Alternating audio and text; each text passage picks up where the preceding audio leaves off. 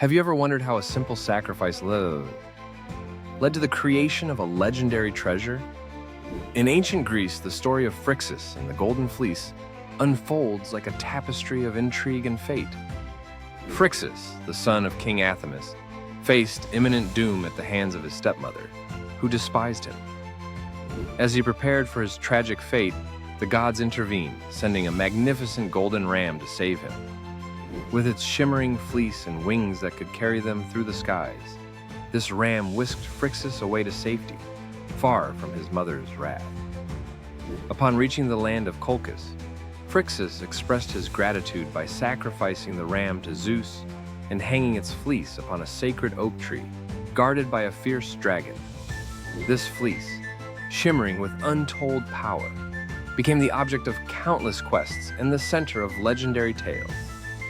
Many sought its magic, but it was Jason and the Argonauts who dared to retrieve it. Little did they know, the story of Phrixus was just the beginning of a saga that would intertwine destinies, betrayals, and epic adventures across the ages.